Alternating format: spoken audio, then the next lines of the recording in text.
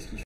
Alors s'il veut juste en fait push, Ah non, c'est il y a eu le top bolt et c'était difficile. Oui, alors, et c'est ça aussi le petit avantage par rapport à Zurgo, c'est que bon, on a la célérité, donc on peut rester tout de suite et on passe push. C'est un anti-bait en moins dans le format à se soucier. Le push qui est répandu partout où il y a du monde. Ouais, de toute façon en fait, et c'était un point qu'on voyait déjà en fait en 30 points de vie avec Partner de mémoire. Qui est que. Ah, le Vindicate. Voilà, le Vindicate comme généralement de Mishra, mais heureusement parce que sinon ça va Mishra a déjà fait 4 de dégâts. Bah c'est ça, déjà pour 2-4 de dégâts dans un plan de jeu burn c'est déjà largement suffisant. Et oui, ce qui est super intéressant c'est que il y a, en fait forcément le tempo a un grand impact dans le format vu que au final on est assez rapide en point de vie. Et les anti-bêtes à 1 mana ont donc un impact très fort sur la partie. Et du coup, le fait d'avoir jusqu'à 4 couleurs peut permettre d'avoir accès à Fatal Push, Foudre, Passe le Exarel, soit Splocher, toute une pléthore d'anti-bêtes à 1 mana et de gagner énormément en tempo. De tempo, exactement. Dans les match-ups contre Saskia qui va vite, justement, a besoin d'un petit board double à capa, ça fait vraiment mal. Alors là, du coup, qu'est-ce qu'il nous a posé? Alors là, on a un truc, foil DCI, ça c'est beau. Je me demande si c'est pas un Hellspark Elemental. Ça, la célérité, ça un boost. Ouf, donc si un Hellspark Elemental, ça voudrait dire que ça serait 6 dégâts pour ça. C'est Hellspark, on a la confirmation. Hellspark plus le plus 3 de la force brute, ça pique. Queen était à 16, du coup. Tac tac tac, elle a pris 3 et le Hellspark il a pris 4 sur ses landes et 6 sur le Hellspark. Donc il a 10. Donc il est déjà à 10. Il est déjà à 10, hein. Déjà à 10 et il n'a pas joué Queen, il reste des tapes à 4. On voit l'agression. Pendant que le Zurgo, lui, donc le Captain Lanner Storm est à 18 à cause de son angle de Mishra. C'est ça. Donc là, c'est le retour du Hellspark Elemental et une attaque. Là, ça doit être le push. Sûrement, il faut qu'il sauve des points de vie. Voilà. Fatal Push pour prévenir 3 blessures. Ouais, bah, c'est un contre sur Foudre. Il faut. Sur Incinerate, plus précisément ici. Et un Zurgo. Ah, voilà. C'est le Zurgo qui servait de général avant, d'où le côté altéré. Voilà, c'est ça. Mais voilà, mais c'est une très bonne bête. Fin de tour pour toi. Une chute du héros. C'est un peu lourd, hein, je trouve. Absolument. Mais après, c'est toujours mais éphémère et on peut gérer plein sous le cœur. Voilà, après, il y a au final, disons que les Planeswalkers sont assez peu intéressants dans le format de manière générale à cause du nombre de bêtes agressives. Maintenant, c'est vrai que pour Queen Marchesa, c'est un véritable enjeu d'arriver à gérer le Planeswalker pour justement tout le match de contrôle parce qu'il n'aura pas encore l'agression. C'est exactement ça. Et là, du coup, on va pour 5 le Minotaur, pas Minotaur. Alors c'est vrai que les capas, je suis un peu fatigué dessus, j'en ai un mais... on va bien voir notre cher Guillaume qui va nous faire un petit récap des capacités de ce Planeswalker. Oui, gros papa Minotaur, c'est vrai que ça rentre bien dans le coup de Marchesa, hein, même si c'est 5, voilà. Et ça perd 2 PV, du coup, hop, il est à 16. Voilà, il a boosté du coup son Minotaur pour lui coller 2. Et bim. Moins 3, on peut prendre le contrôle d'une bête et la sacrifier si elle a 3 de coups mana ou moins. C'est vrai que ça peut être un peu... Alors c'est une Fire Ambush côté Captain Lanner Storm. Donc un blast dans la tête. Un blast direct. Oui, parce que là on est déjà... on est déjà à moins de la moitié des PV, il y a un peu de Soulker qui fait un peu une course là-dessus. Donc, paf, pour mettre 2. Voilà, il lui a collé 2 en rituel, donc c'est un marteau volcanique. C'est éphémère. Mais oui, du coup, oui. Il a joué en rituel, mais tout à fait. Il a prouvé qu'il était full tap pour lui coller 3. En fin de tour, il lui recolle 1. Non, toujours pendant son tour. Ouais. Voilà, donc du coup, il l'a mis à 5. On est à 5, hein, 5 à 14 et on est tour 5. Et du coup, on voit bien le plan vraiment, au final, très burn qui s'est développé, où il a quasiment tout ce qu'il avait, c'était du blast au final, le spark élémental, le boost, le burn. Ça, c'est vraiment... Et là, on voit... Alors, on n'a plus de main côté mono rouge. Par contre, on top deck le land, on peut faire maman. Bon, là on joue Queen, Monarque, on va essayer de remonter la pente, mais voilà. 5 PV, ça fait des malheureusement, il n'a pas de consort, donc il est obligé de se mettre en danger pour essayer de gagner la course. Voilà, à moins de topper l'Elix pour gagner un peu de temps, ou et laisser les 4, on est à 1. Bon, bah il y a bien plus de fetch jusqu'à la fin. Rite de flamme, 4 dégâts chacun. Voilà. Ce qui veut dire qu'actuellement, il a 2 x 4, 2 par son ank et 4 par sa rite de flamme, il est à 10, contre 1 point de vie. Donc ça reste quand même. Enfin, il y a le Minotaur, il y a plus de Marchesa, la cloque est très courte, il va falloir qu'il top deck. Ah bah là, oui. Et sachant que si top deck fetch, c'est pas la peine. Absolument. Donc voilà, on pose un rat engagé. Et là, tout va se jouer dans les 2 prochains tours. Ah oui, bah oui. Là, je sais pas ce qui reste. Passe à 8. Voilà, 8 le coup de Minotaur, moins les 3 de Queen. Fin de tour, il pioche sa carte du monarque. Donc il reste un tour à vivre pour chacun des joueurs. Montagne, bim. S'il n'y a pas d'anti-bet. Ah si. Il y a l'anti-bet. La brain, ouais, il faut. 5. 5 et bah du coup, c'est fini. C'est plié puisque le Minotaur va mettre 2 et Queen va mettre les 3 derniers. Enfin, ok, il attend de voir s'il n'y a pas une entourloupe entre les ouais, s'il y a quelque chose, bon à 0, enfin 0 carte en main, machin. Non voilà, c'est ok, très bien, donc voici la première game. Alors il serre la main dès la première game. Ouais, non mais. Voilà, amical. Inhabituel mais amical. Ah, il faut reconnaître que c'est pas évident le match-up. Ah, clair. Bah, c'est pas un match-up dans lequel on est serein parce qu'au final, Queen Marchesa n'a pas moyen de réellement locker la game contre le Virgo. Absolument. Pas de gain, pas une petite combo pour remonter en BB, juste quelques cartes. Et en soi, pas de board pour embêter les bêtes qui pop. Donc, à part spammer du spot removal, c'est compliqué. Alors, on a une question de Nasram qui est, je me demande quand même si Karizev n'est pas meilleur. Qu'est-ce que tu penses justement des autres généraux en mono rouge en ce moment, comme Zozu, Karizev ou Chandra? Alors, Chandra a la complexité, c'est que du coup, bon, faut attaquer pour mettre les 2 dégâts, jouer un spell rouge, détaper, engager pour mettre les 1 et flipper. Ça demande un petit setup qu'on peut pas forcément se permettre quand on joue mono rouge agressif. Parce que nous en fait on veut vraiment tout vomir. Ouais. Puis du coup pas de célérité, aucun moyen de vraiment mettre la pression par surprise. Pas de célérité, donc on peut même pas mettre les 2 tout de suite, donc c'est payer 3 pour rien faire. Quand t'es mono rouge, tu peux pas te le permettre. Zozu, Zozu c'est un angle de Mishra tout seul. Donc ça a des avantages, je pense plus sur des match-up peut-être un peu plus lents. Parce que Zozu c'est 4. Non, c'est 3, c'est 1 et 2 rouges, c'est ça? Ouais, c'est ça, exactement. Voilà, c'est 1, 2 rouges, 2, 2.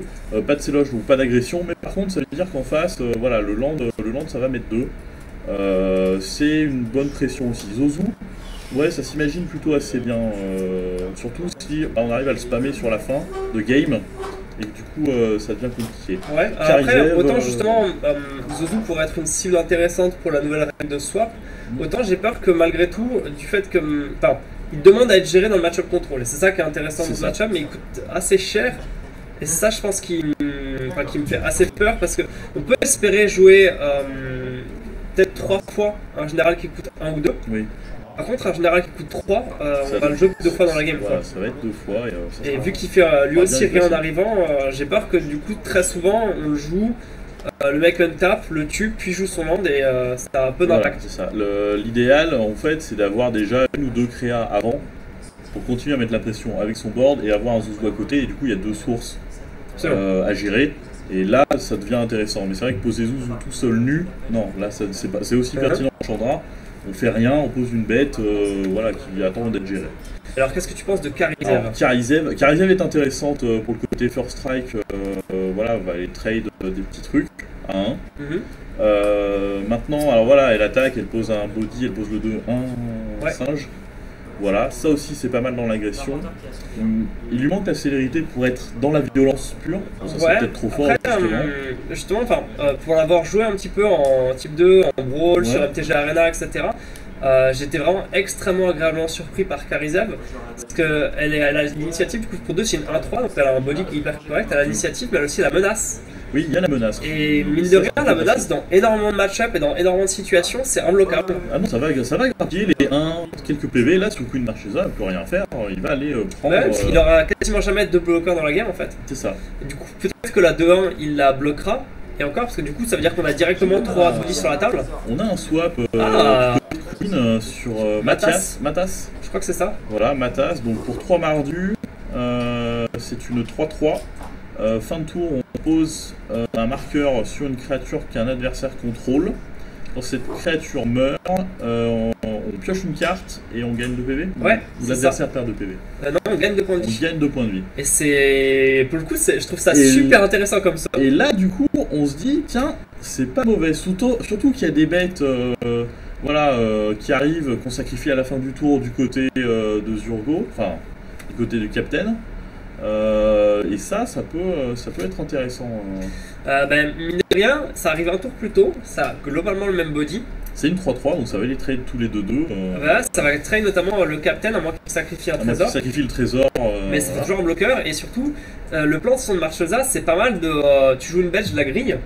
Et du coup, là, chaque fois qu'il va griller une bête, s'il prend le bon timing, il peut réussir à récupérer une carte et 2 points de vie au passage. Voilà, c'est ça, il fait un CA, il fait un double CA, d'où la pioche, plus les PV gagnés qui font perdre des cartes à monomade. Donc c'est dangereux, et du coup c'est un swap intéressant. Ça c'est typiquement le genre de swap anti-adversaire, comme on pourrait voir chez Selesnya, swapper Gadok à la game 2 qu'on contrôle.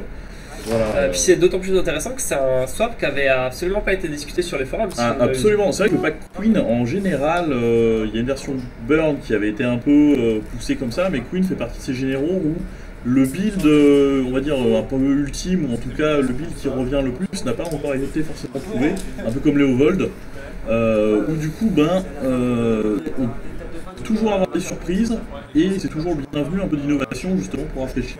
Absolument. De toute façon, c'est l'un des grands plaisirs de l'EDH, c'est le fait que le format soit extrêmement ouvert, extrêmement varié, et que chaque partie, enfin du fait des 99 cartes et du singleton, soit constamment différente. Donc on a un mulligan côté Captain Ladder Star. Voilà, on a un mulligan côté mono-red, mulligan agressif je pense. L'idée c'est vraiment d'être bien curvé pour bien tout cracher. Absolument. Là, précédemment, il a eu la chance de piocher l'angle de Mishra, mais sinon ça aurait été catastrophique. Sinon il n'avait pas de tour 2. Puis il a d'autant plus la pression qu'il y a 1-0 pour Marchesa et maintenant Matas. Voilà, il y a un 0 pour Matas. Il sait que voilà. Après, on a vu que c'était totalement atteignable. Voilà, il y avait un dégât à aller chercher en 5 tours, 5-6 tours. Bon, Queen n'est pas forcément. Ok, c'est un bon swap.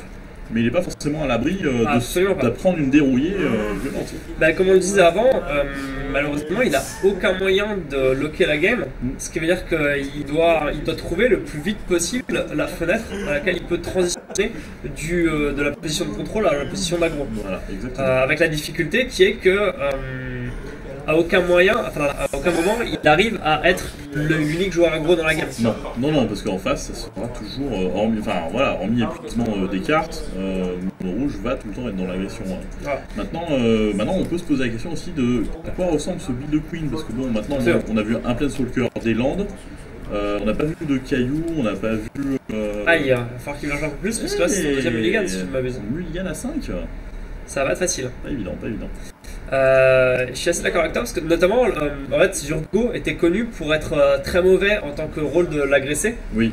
Et c'était d'ailleurs pour ça que beaucoup de gens mettaient à gamer Saskia contre Zurgo. Voilà. Pour mettre Saskia, le principe qui est souvent le cas c'est de jouer juste un chouïa plus lourd. Et quand Zurgo pose une 2-2, on va poser une 3-3. Tout le principe après des Wild Cattle, L'Homme Lion, Peur d'Ape, etc. C'était constamment de poser plus une gros. menace de plus en plus grosse et après sous maman on double tout. Absolument, parce qu'en plus non seulement déjà c'est très difficile pour le joueur de Zurgo de passer, mais en plus il y a le risque que s'il ne gère pas ces différentes créatures, ils se prennent le pas à 87 quoi. Alors on a les infos, donc côté Queen Marchesa, on a une chute du héros, une Mindstone, le Cachet Ozov, une dîme de mana, ça peut être rigolo, le fetch noir-bleu, un fetch vert-blanc et une collective.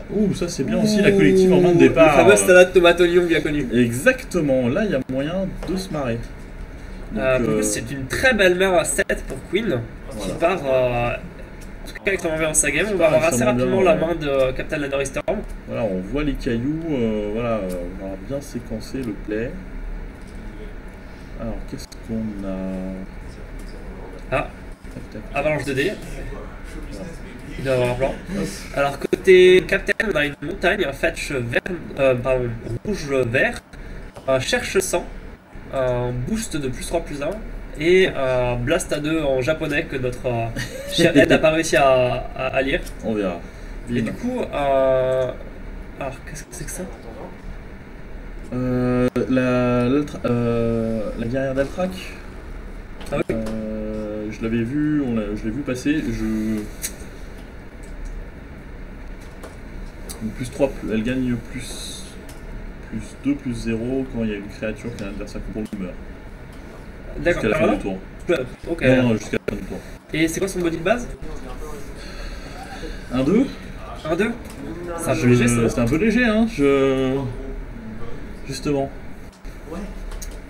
D'accord. J'ai un peu du mal, alors, du coup, c'est le Cherchassant Diatak.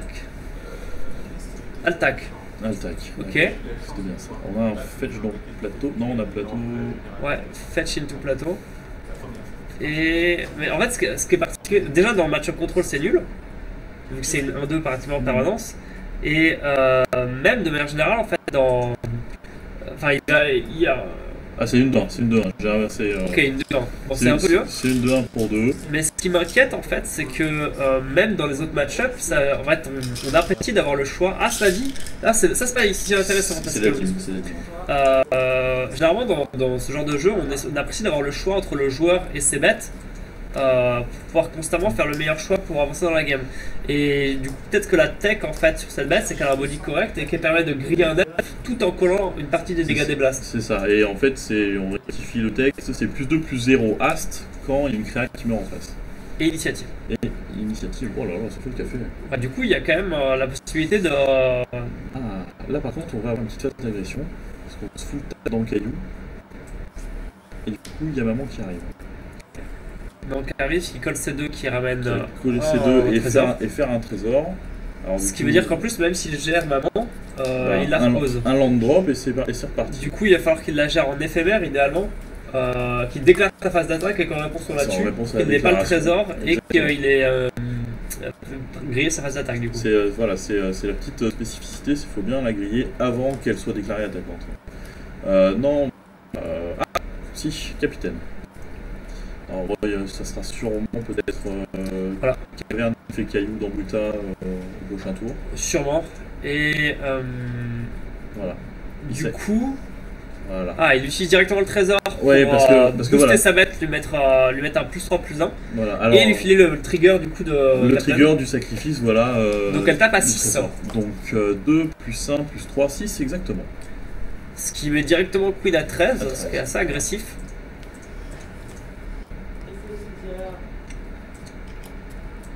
Ensuite, est-ce que ça sera plateau plus land dans Milestone et Buta derrière?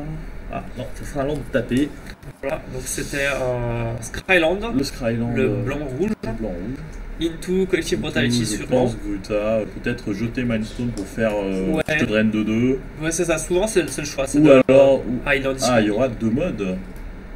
Donc 3 modes même. Donc 3 modes. Donc. Ah, du coup, c'est ce que.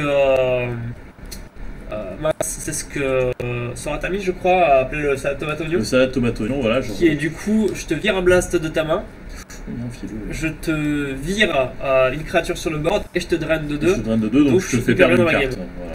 Et il a au final défaussé des cartes, donc il a. C'était le blast, de toute façon, qui a sauté. Maintenant, il y a un fielleux. Voilà, ça c'est dangereux. Et c'est dangereux, mais du coup, c'est la seule carte qui reste et il a un dessin du héros dans sa main. Ah oui. Alors, s'il a la bonne couleur qui monte, c'est bon, il a un fetch, ça devrait le faire. Voilà, il y a fetch. Voilà, ça va être. Alors il joue Mataz, donc il a probablement un autre blast dans ce cas-là. Non, comme c'est éphémère, il va attendre fin de tour mettre un marqueur et peut-être justement en réponse de la phase d'attaque. Mais le dessin du héros coûte 3, il a que 2. Et. Oui, il a plus qu'une carte. Du coup, je vois pas le nombre de cartes qu'il a en main, mais soit il a prévu d'attendre un tour, vu que son adversaire est au top deck. Et en l'occurrence, il vient de choper du coup un fetch tout montagne, donc il va rejouer son général. Pour refaire quoi. Ouais, probablement il va. Il attendra le prochain tour, peut-être remettre un marqueur d'étape, de full d'étape, remettre un deuxième marqueur. Ah, je vois une Helix là. Donc il y a Helix d'essai du héros. Donc du coup, non, on peut avoir l'Helix du coup sur le fielleux. Absolument. Bah, du coup, il va peut-être vouloir Elix le capitaine, parce que sinon, s'il l'Elix pas, il va choper un trésor et il peut sacrifier le trésor pour tuer Matas ou que les trois, ce qui reste assez désagréable.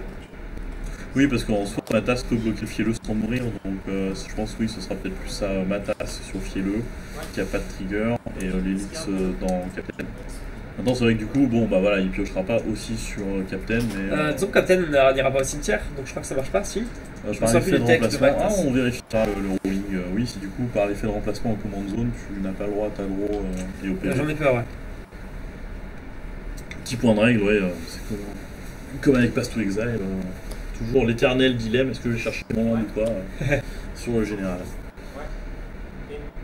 Alors, tac, ça a fetch. Ouais, donc il a probablement prévu de. Je pense qu'il a voulu déclarer sa phase d'attaque, alors son adversaire a dit hop hop hop en réponse je fetch.